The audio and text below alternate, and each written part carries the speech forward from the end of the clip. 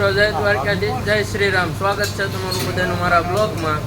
તો આપણે આવી ગયા હતા ઓફિસે ભાઈ આપણે હીરા નથી એટલે બધા નવરા બેઠા છે. આશીષભાઈ, વિશાલભાઈ, આમ ભીમો છે, અહીંયા બાપુ રીલ્સો જોવે છે. બાપુ અમારે આ ટીચિંગ વાળા જો અહીંયા બેઠા છે.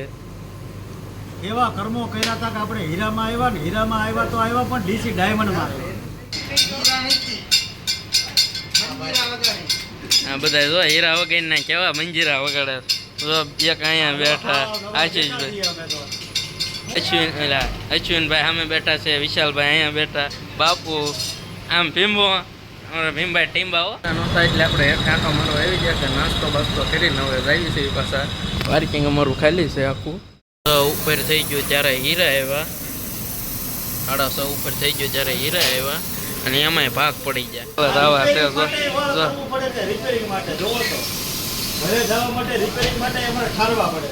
હીરા લીધા એમાં હે કા તો પછી હાઈવે જાય. આવ્યો છું ઓફિસે અને આ અમારા અલ્પેશભાઈ છે.